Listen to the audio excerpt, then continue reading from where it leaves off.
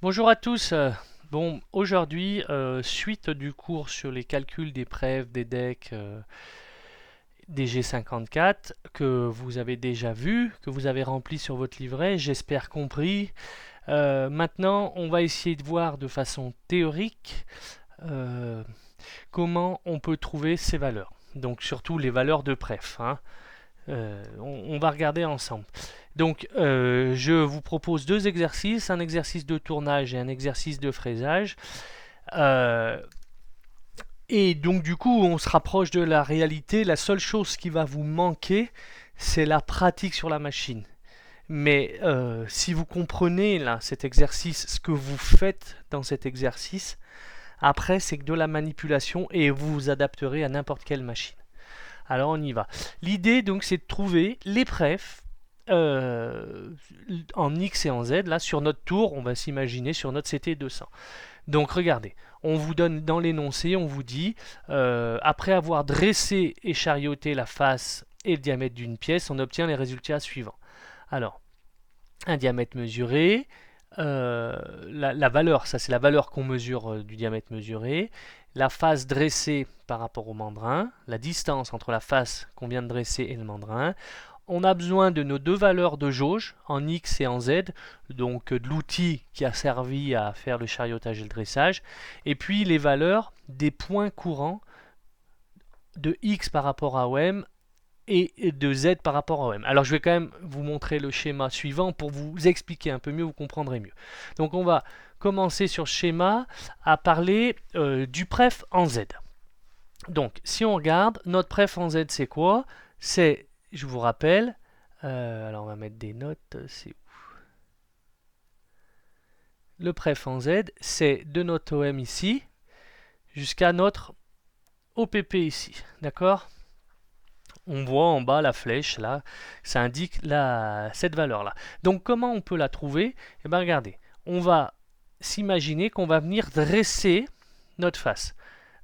Exactement de la même façon que quand vous dressez la face sur votre Optimax pour faire la jauge.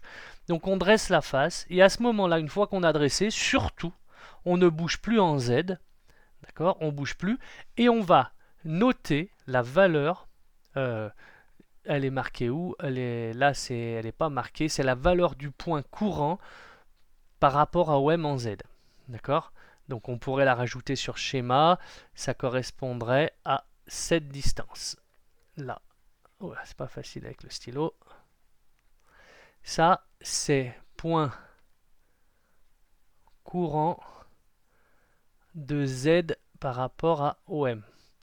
Donc pour l'avoir, on est dans la page axe de la machine, je vous rappelle c'est la touche F7, et on fait afficher les coordonnées X et Z par rapport à OM et surtout pas par rapport à OP. Donc là on a une valeur dans l'énoncé, alors il faudrait que je retourne, on va retourner, on va la marquer dessus là, hein. La machine elle nous dit qu'on a point courant par rapport à ZOM moins 325 594. Donc on peut la marquer là si vous voulez, moins 325 594. Voilà, là on a notre valeur. Donc la machine nous dit que l'outil la pointe de l'outil là, c'est à moins 325 594. Voilà. Ensuite, vous avez besoin, regardez, nous on est là, donc en fait par rapport à ça, on a la distance entre ça et ça. D'accord, les 320, c'est ce que j'ai remis en haut. Moins 325. Dans l'énoncé, on vous dit qu'il y a aussi une valeur de. On a mesuré face dressée par rapport au mandrin. 110,25. Donc, on a ici 110,25. 25 ou 0,25, je ne sais plus, j'ai un doute. 25, c'était bien ça. Voilà. Donc, on pourrait, vous allez me dire, bah, monsieur, la valeur c'est moins 325 594, moins les 110 125. C'est-à-dire que il faut bien faire attention, là on va lui mettre une valeur négative. Pourquoi? Parce que, vous voyez, la pref c'est bien de l'OM, de l'OM jusqu'à l'OPP. Et si on prend le sens des axes, on est bien en sens négatif. Or, quand on fait une mesure de là quand je mesure la face dressée à mon origine porte-pièce, bah, j'ai pas de signe sur ma jauge de profondeur. Mais en réalité, vous voyez, on part bien dans le sens des moins. D'accord? Donc c'est bien moins 110, 25. Donc vous allez me dire, ben on fait moins 110, 25, moins 325, 594, et ça va nous donner la preuve Z. Alors, pas tout à fait, c'est un petit peu plus compliqué que ça. C'est en fait, faut tenir compte aussi de la jauge en Z. La jauge en Z, c'est la distance de là à là. Alors pourquoi? Vous allez voir, parce qu'en fait, donc c'est la jauge, c'est 47,5. Alors la jauge, c'est, je la mets en haut, 47,5. Voilà, ça on ne voit plus rien. On va peut-être pas la mettre là, parce qu'on ne voit pas bien. On va mettre plus en bas.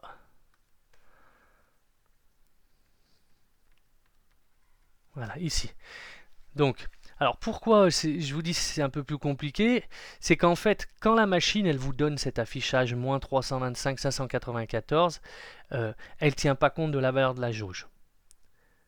C'est-à-dire que on n'est pas dans un programme quand on fait un mode manu, là, vous êtes en mode manu, mode IMD, faites tourner votre broche, après vous vous déplacez avec les manivelles, vous faites un usinage comme sur l'Optimax, elle va pas lire les valeurs de jauge. Donc en fait, le point qu'elle vous donne, en réalité, c'est celui-là, c'est cette distance-là.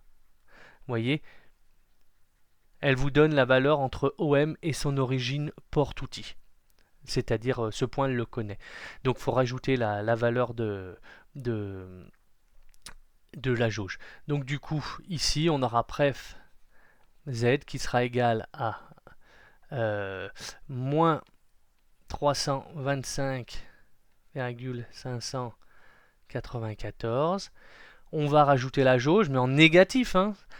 Moins, parce que c'est pareil, elle part dans... C'est une histoire de sens, hein. Et puis moins le 110,25. On va faire le calcul. Donc combien ça fait? Ça fait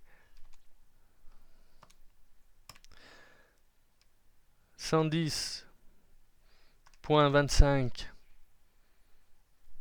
Moi je fais tout en positif et après je mettrai un signe moins. J'additionne tout en positif. 110,25 plus 47,5. Alors je le fais à l'envers mais c'est pas grave. Plus 325,594 et on trouve 483,344. Donc là, je mets bien, là, je rajoute le moins par contre, moins 483,344. Voilà pour le prefz. Comment on a trouvé notre valeur de prefz. Donc notez bien cette méthode. Revenez en arrière si vous n'avez pas compris, parce que ça, vous aurez à la refaire. Je vais vous redonner un autre exercice après. Et ça, vous allez devoir me le rendre. Alors, je vais effacer. Comme ça, on va pouvoir faire le pref x. D'accord, donc j'efface tout, ça fait, sinon ça met, c'est pas très clair. Hop, voilà. Alors le x, il est là. Le préfixe est de notre OM à l'axe de la machine, puisque l'OP est sur, pas l'axe de la machine, l'axe de la broche, pardon, puisque l'OP il est sur l'axe de la broche. Donc du coup, comment on va le trouver? Alors cette fois, on va pas faire un dressage, on va faire un chariotage. Donc vous allez usiner un peu le diamètre. Et de la même façon, comme quand vous étiez sur l'Optimax, surtout, il ne va pas falloir bouger. Vous chariotez et si vous avez besoin de prendre la mesure, vous reculerez mais qu'avec le Z, sur l'axe des Z. Vous reculez en Z. Surtout quand on chariote, c'est-à-dire on usine notre diamètre, on recule avec l'axe des Z et on ne bouge pas en X. Donc on chariote, on recule notre outil avec l'axe des Z, on arrête la broche, et là on peut ouvrir la porte et on fait la mesure. On va mesurer ce diamètre. Vous voyez, on mesure ce diamètre là, de la pièce qu'on aura usiné. Donc c'est celui-là. On mesure ce diamètre. Voilà. On mesure ce diamètre, et puis ensuite, qu'est-ce qu'on va rajouter? On va rajouter, vous voyez, là, si je regarde, comme tout à l'heure, la distance entre là et là, c'est le point courant par rapport à de x par rapport à OM, pardon. Pas point courant par rapport à x. C'est le point courant, donc on rajoute le point courant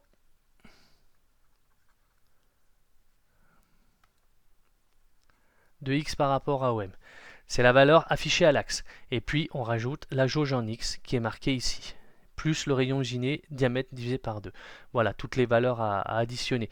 Donc je vais aller revoir dans mon énoncé. Qu'est-ce qu'on avait? On avait diamètre mesuré 13,28. Donc 13,28 divisé par 2, ça fait quoi ça? 13,28 divisé par 2, on a 6,64. Donc je vais la mettre ici. Voilà. Jauge en X, c'est 65,30.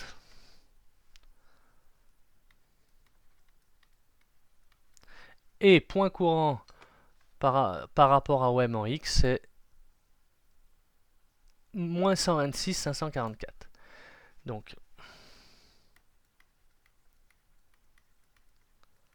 voilà. Donc, de la même façon, on va le faire. Je vais peut-être me mettre en bas, ce serait un peu mieux. Préfixe, c'est... Donc, tout en négatif, hein, c'est pareil, parce qu'on va dans... Vous voyez, on part du haut en bas. Or, le sens X+, il est comme ça. Ah, je suis en dehors de la feuille. X+, il monte.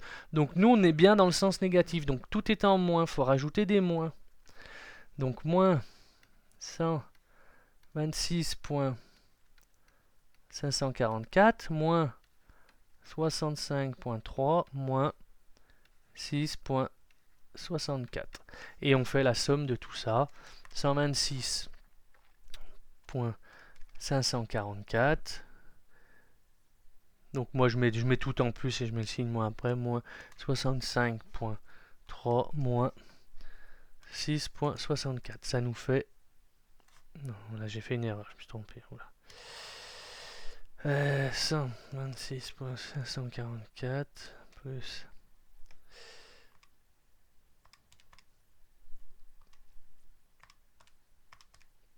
Voilà. 198,484.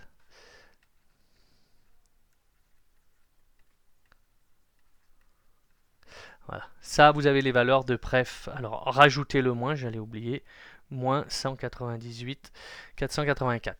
Donc, du coup, là, vous remarquez qu'on a les deux valeurs de préf de X et de Z. Petite astuce, quand vous êtes sur la machine, que vous faites la préf en X et en Z, les valeurs que vous retrouvez, elles doivent être proches de celles qu'il y avait avant. Si vous avez un trop gros écart, je m'entends, de plusieurs millimètres, c'est qu'il y a quelque part il y a une erreur. Les prefs, elles bougent pas de elles bouffent pas de 5-10 mm, c'est pas possible. À moins qu'il y ait un très gros choc, et dans ce cas-là, il y aurait d'autres soucis sur la machine. Mais je veux dire, qu'elle bouge de quelques dixièmes, oui, mais pas de plusieurs millimètres. Ça, c'est la première chose. La deuxième chose, si vous voulez des prefs bien précises, quelque chose de nickel, faites vos mesures avec un micromètre au lieu d'un pied à coulisse. Vos jauges, faites-les nickel aussi, et comme ça, vous aurez un bon résultat. Voilà, vous aurez quelque chose de propre. Voilà pour le tournage. Donc si vous ne comprenez pas tout, je vous invite à réécouter, revenir en arrière jusqu'à ce que vous compreniez. Maintenant, on va passer au cas du fraisage. Alors ça... Ah ben non, moi j'avais le dessin du Z, mais j'avais même pas fait attention que j'avais le Z. Je l'ai fait sur le schéma du X, là-haut. Oui, effectivement, j'avais fait un schéma pour le X et un pour le Z, je m'en souvenais même plus. C'est pas grave, hein, on l'a fait tout à l'heure. Vous voyez, effectivement, j'avais bien mis le point courant jusqu'où il arrivait en Z par rapport à OM. Voilà, vous pouvez vous le refaire là-dessus si vous voulez, pour votre exercice. Alors maintenant, pour bref, X, Y et Z en fraisage. Alors comment ça se passe en fraisage? On va peut-être revoir l'énoncé. On nous dit en fraisage, on vous demande de calculer les valeurs de préf X, Y et Z pour un SAB 500. Ça serait la même chose pour un RCV. Alors pas la même chose. Ça, ce qu'on va voir, cette méthode, elle est valable pour des machines 3 axes une machine 3 axes verticale, mais pour un 4 axes, c'est pas valable, comme le CUH. Il y a une autre méthode qui est beaucoup plus compliquée, que je vais pas expliquer là aujourd'hui. Alors, pour X et Y, on utilise une pinule de 10 mm, diamètre 10. Voilà. Donc l'idée, on va déjà utiliser une pinule pour le X et Y. Alors on peut utiliser d'autres systèmes type tangenteur, à billes, vous savez, tout dépend de ce qu'on a dans l'atelier, mais avec une pinule, il n'y a pas de problème. La pinule, on a déjà utilisé, hein, je vous rappelez, sur la fraiseuse conventionnelle, quand on veut se positionner pour faire du perçage. À la rigueur, peu importe si l'idée, je vais le réexpliquer. Une pinule, c'est quoi? Vous avez, pour ceux qui avaient oublié, vous avez un bord d'une pièce comme ça, voilà, ou ce que vous voulez. La pinule, je vous rappelle, c'est fait en deux parties. Vous avez une partie basse comme ça, et puis une partie haute, et puis tout ça, c'est tenu dans la broche. Et entre les deux, là, il y a un petit ressort. D'accord? La partie haute, alors la partie haute est solidaire de la broche, c'est-à-dire va tourner avec la broche. Et puis la partie basse est tenue avec la partie haute juste grâce à un ressort. Et du coup, le diamètre ici en bas, là, il fait pile 10. Si le diamètre fait 10 ici, si on a un diamètre de 10, ça veut dire quoi? Ça veut dire qu'il y a un rayon de 5. Donc je vais vous expliquer après avec le schéma. Donc l'idée, on va venir tangenter et on va venir toucher la pièce. Donc une pinule, ça tangente une pièce, ça la marque pas, ça usine pas, hein, c'est l'avantage que ça présente.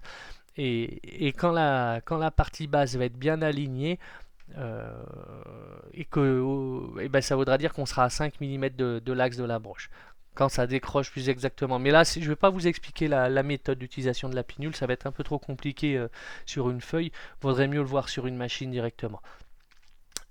Voilà, on va juste essayer de voir d'un point de vue théorique comment on fonctionne. Donc on utilise une pinule, on pinule sur le morph fixe en Y et sur la butée en X. Alors pourquoi sur le morph fixe? Parce qu'on veut que notre origine porte-pièce soit sur le morph fixe en Y et sur la butée en X. Pour le Z, on reviendra dessus, d'accord? Alors, on va en profiter. Donc là, on vous donne des valeurs de jauge de R et de L, on n'en a pas besoin. Ça, c'est quand on va utiliser le tangenteur et une fraise de diamètre 16. Nous, on n'aura besoin que de cette valeur. Point courant de X par rapport à OM, moins 485 954. Donc on va le marquer. X par rapport à OM, ici, moins 485 954. Et puis, pour Y, moins 316 440. Y, il est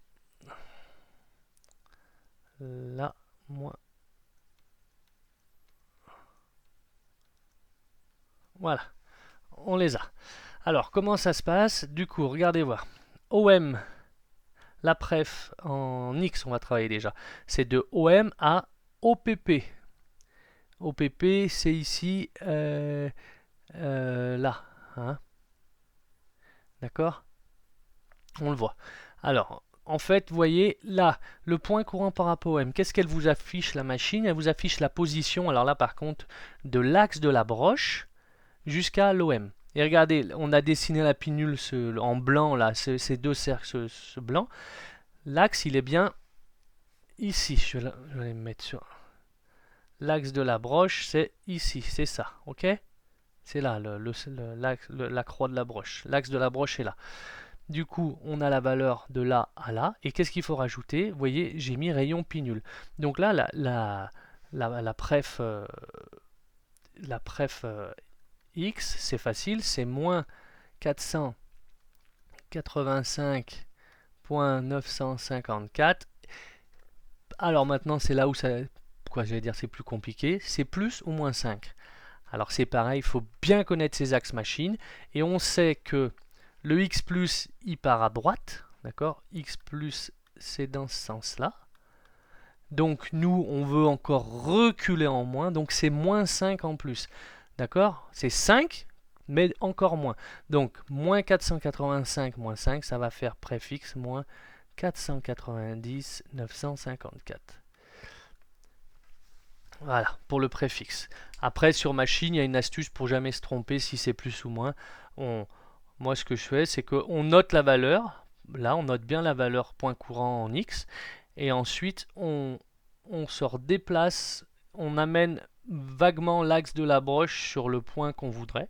par exemple le début de la butée, et du coup ça nous permet de voir si, si c'était bien moins ou plus qu'il fallait faire.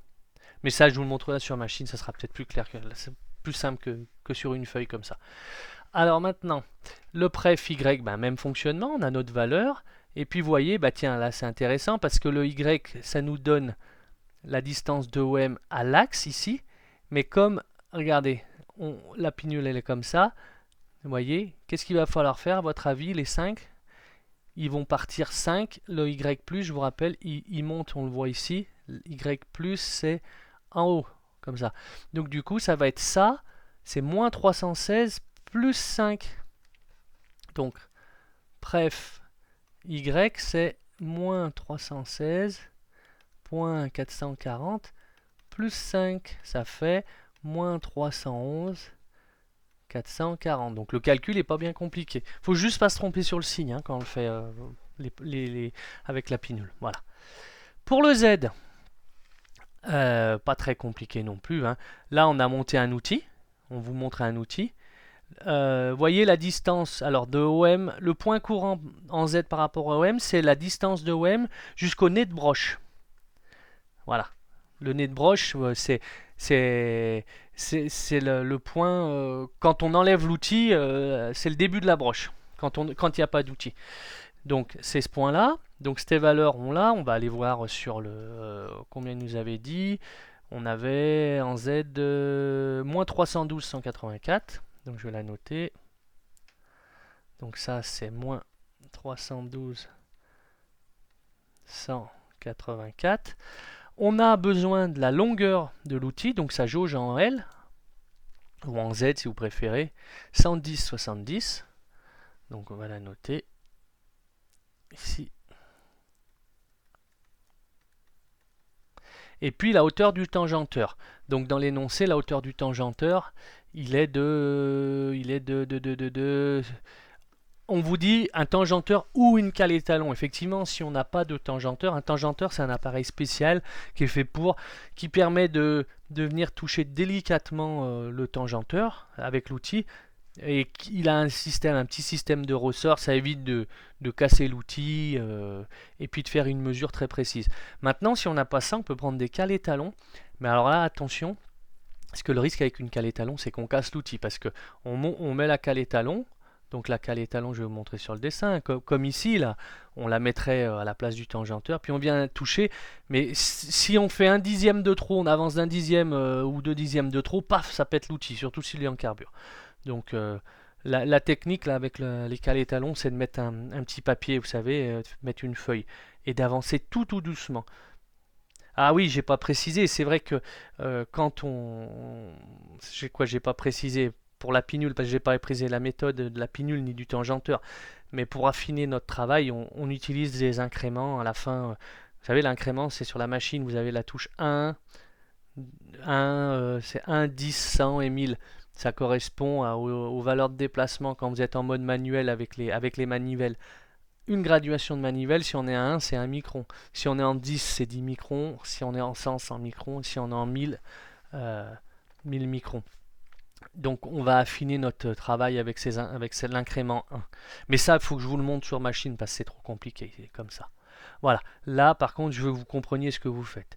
Donc là, je pense que vous avez trouvé le calcul qu'on va faire. Pref Z c'est moins 312.184. Et ensuite, je vous laisse réfléchir, on met 110.70, mais un moins, parce qu'on part en bas, hein, et puis moins 100. Voilà. Et voilà notre valeur de Pref Z, ce qui nous fait donc 312.184 plus 110.70 plus 100 moins 522 donc moins 522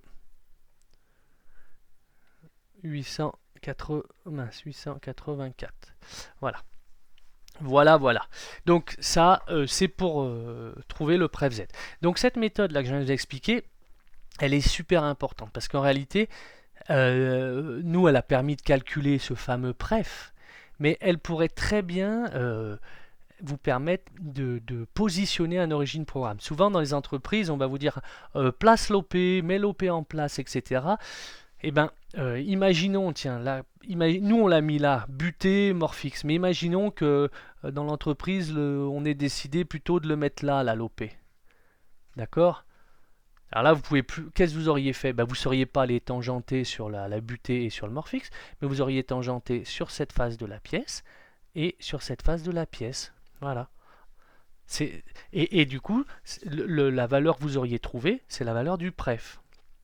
Vous travailleriez en pref direct, sans deck. Quand on place un origine comme ça, on n'utilise pas le système pref deck, c'est-à-dire deux décalages. On travaille juste avec un décalage entre l'OM et l'OP, c'est tout.